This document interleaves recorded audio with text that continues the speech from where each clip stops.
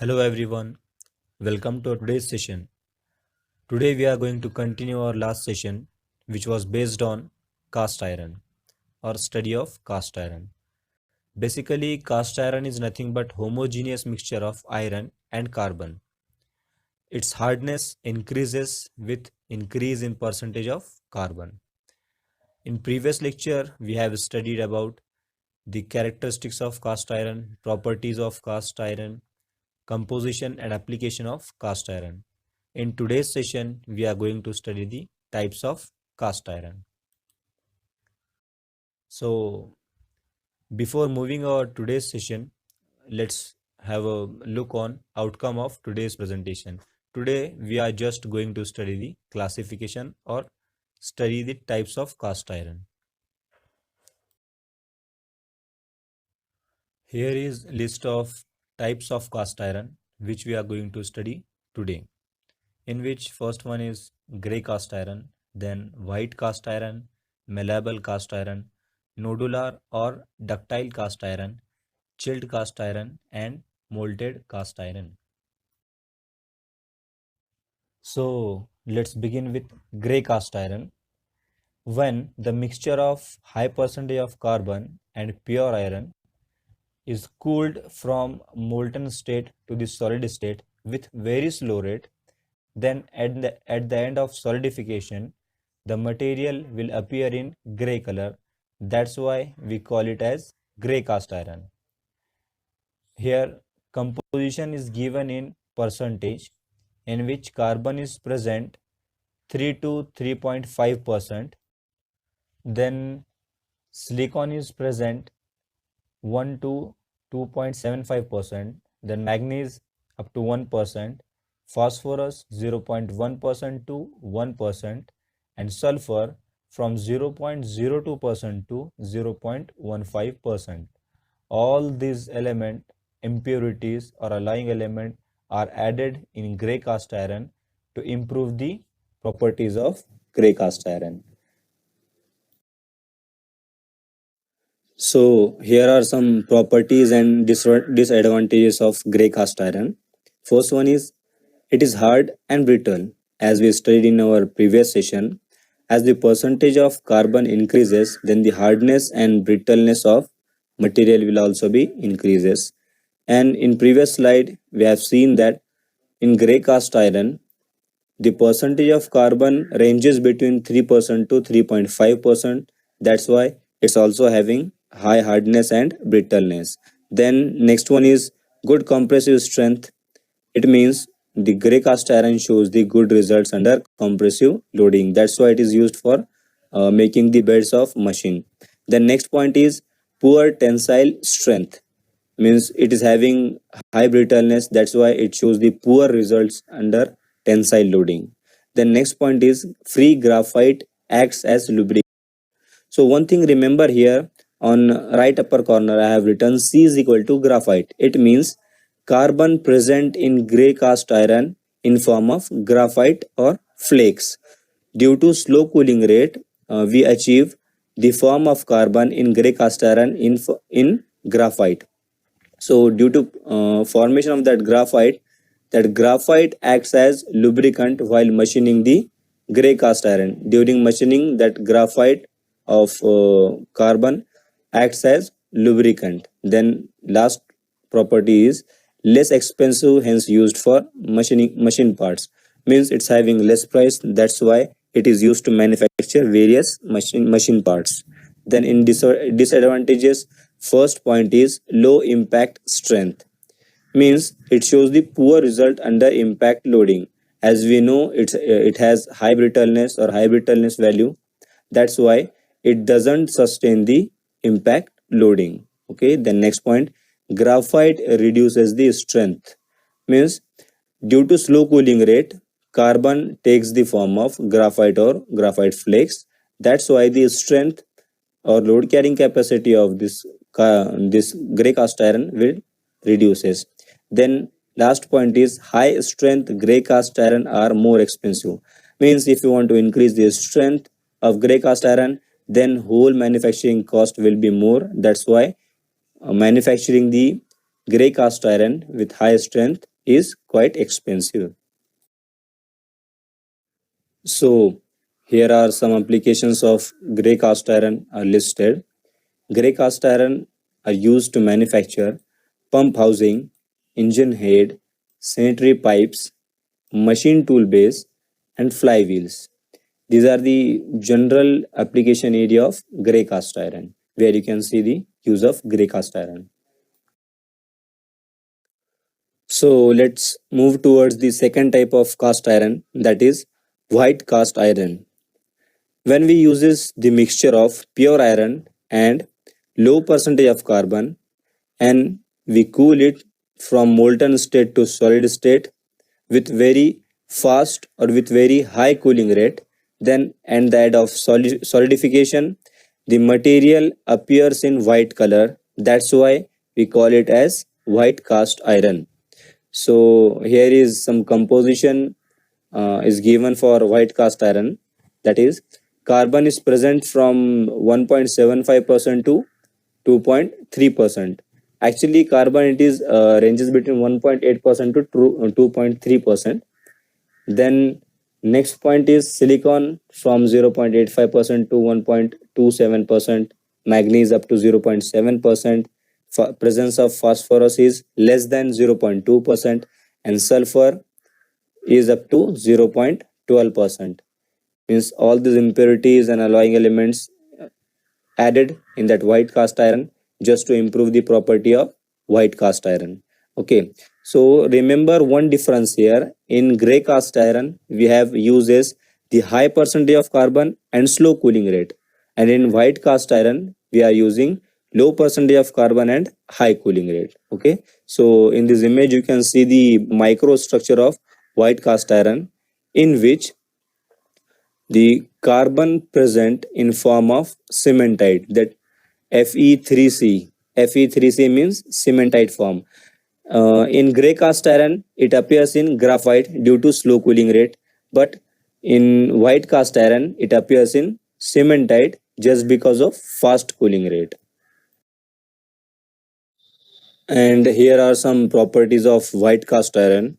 Very first property is it is extremely hard and brittle. One thing remember here, as we studied in previous sessions or discussed in previous lectures, that as the percentage of carbon increases, then the hardness and brittleness of material will also be increases. But same effect you can see with fast cooling rate. Whenever you will observe that there is fast cooling rate, then the hardness and brittleness of that material will also be increases. Okay, and whenever you will observe that there is slow cooling rate, then the after solidification material will become soft and ductile, and after fast cooling rate material will become more hard and more brittle. Okay, so while obtaining white cast iron we have used the fast cooling rate, that's why it is extremely hard and brittle. Next one is it has resistance to wear, means removal of material of this white cast iron is not easy under working too. Okay, then next point is poor machinability. As we know that it is having high hardness, that's why it's not easy to machine it. Okay, then see in right upper corner that C is equal to cementite, means carbon present in white cast iron is in form of cementite, which is very hard phase of cast irons. Okay, so this cementite we have achieved just because of fast cooling rate. Okay, here are some application areas of white cast iron. White cast iron is used to manufacture the component of mining shovels, then rolls for rolling mills, then rail car brake shoes. Means in that third image, that red color component is made up of white cast iron. Then liners in machinery for processing abrasive materials. And last one is as a raw material for malleable cast iron. Means malleable cast iron obtained after processing the white cast iron. We will see in next slides. So here is third type of cast iron, which is malleable cast iron. Actually it is obtained from white cast iron after heat treatment of white cast iron. When we heat white cast iron up to 900 degrees Celsius to 1100 degrees Celsius and then cool it with very slow cooling rate, at the end of this process we will get malleable cast iron. Okay, so here are some composition percentages in which carbon ranges between 1.75% to 3.6%, silicon from 0.8% to 1.9%, manganese from 0.25% to 0.8%, phosphorus 0.6% to 0.18%, and sulfur from 0.06% to 0.2%. So these impurities or alloying elements improves the property of malleable cast iron. In next slide, we will see what are the different properties of malleable cast iron. Here are some properties of malleable cast iron. Very first property is it is ductile and can bend without fracture. See, malleable cast iron is obtained from the white cast iron, and as we studied in previous slides that white cast iron is hard and brittle. To remove hardness and brittleness of white cast iron, we have heated that white cast iron up to 900 degrees Celsius and then cooled it with very slow cooling rate, and at the end of cooling we have achieved the malleable cast iron with soft phase with ductility. Okay, the next point is it is having good tensile strength, means it shows the good results or good workability under tensile loading. The next point is it is excellent, it is having excellent machinability. As it is soft material, that's why it is having good machinability. It is easy to machine or it is easy to cut. The next point is it is tougher than gray cast iron, means it can store more energy before fracture than the gray cast iron. Comparatively, it is having more toughness than the gray cast iron. Okay, then last point is it is having good resistance to bending and twisting. Okay, then see in right upper corner that carbon present in malleable cast iron in form of packets of carbon or globular form or spherical forms. It is very fine shape of carbon present in iron. Here are some application areas of malleable cast iron. Actually, malleable cast iron is used for making parts where dimensional accuracy is required, such as automobile parts, door hinges, hubs for wheel wagon, then brake supports. All this component requires the dimensional accuracy. That's why we use malleable cast iron over there. So here is fourth type of cast iron, which is ductile or nodular cast iron.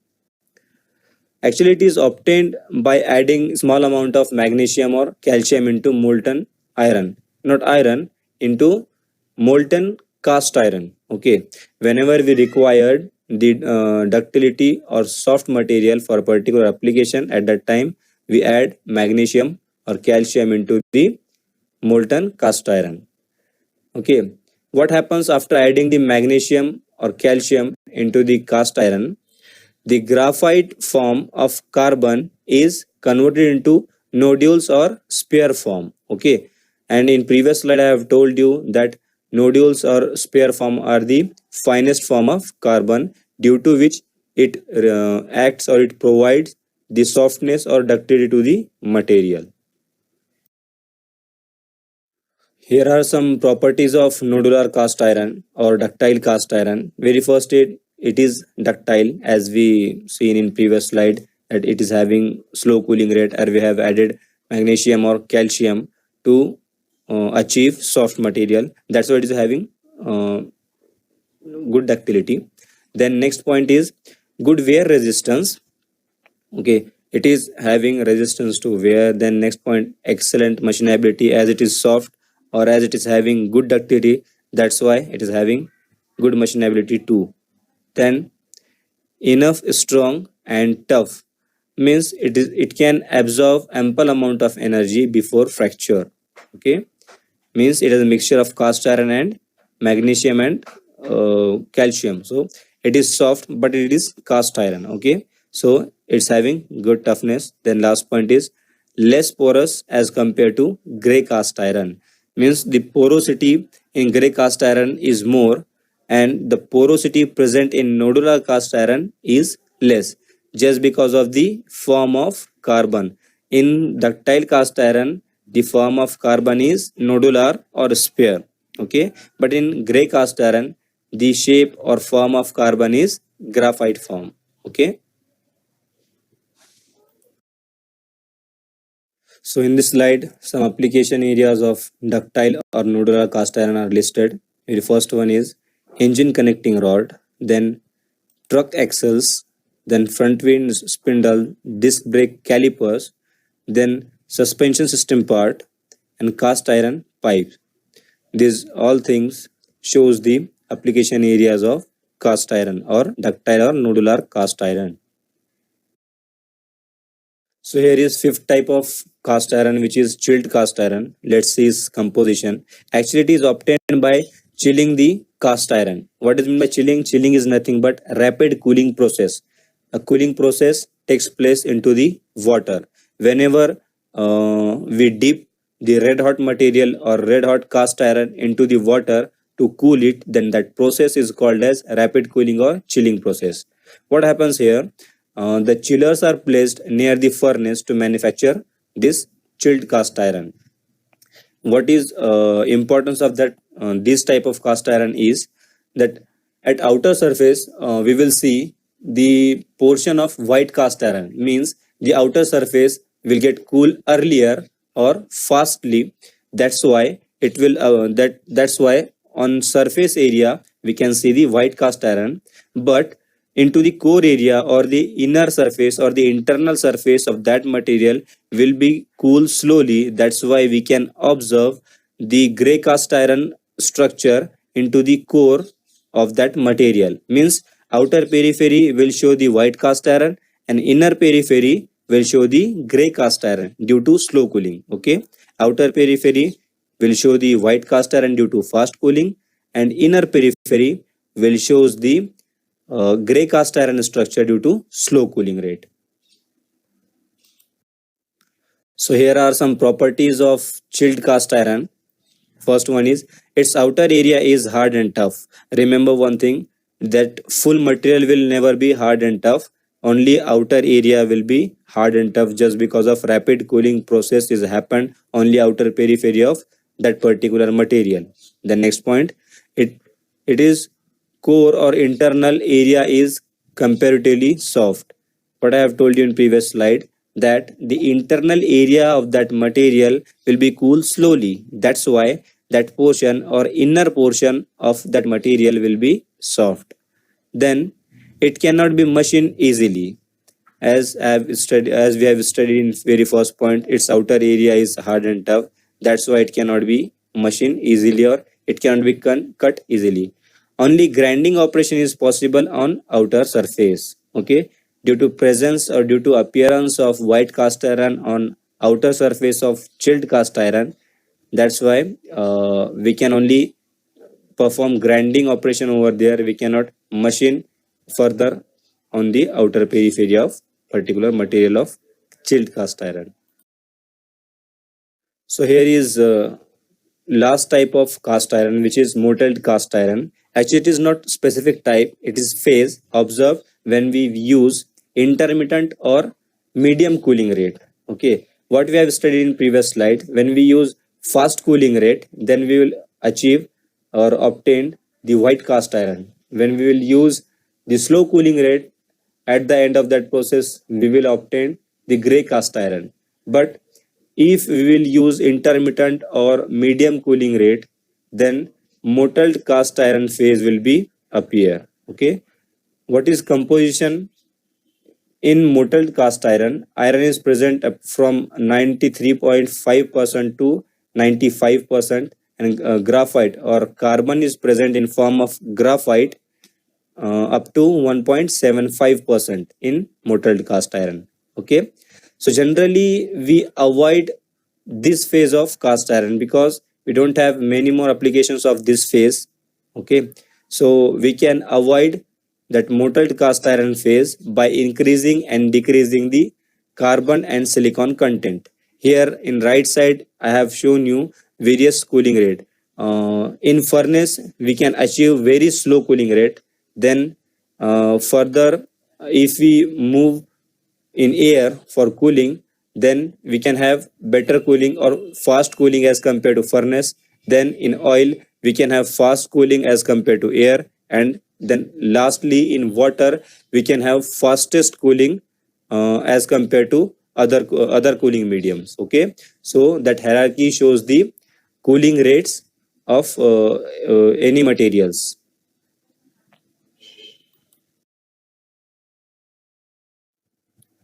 So today we will stop here our today's session. Thank you. Thanks for watching.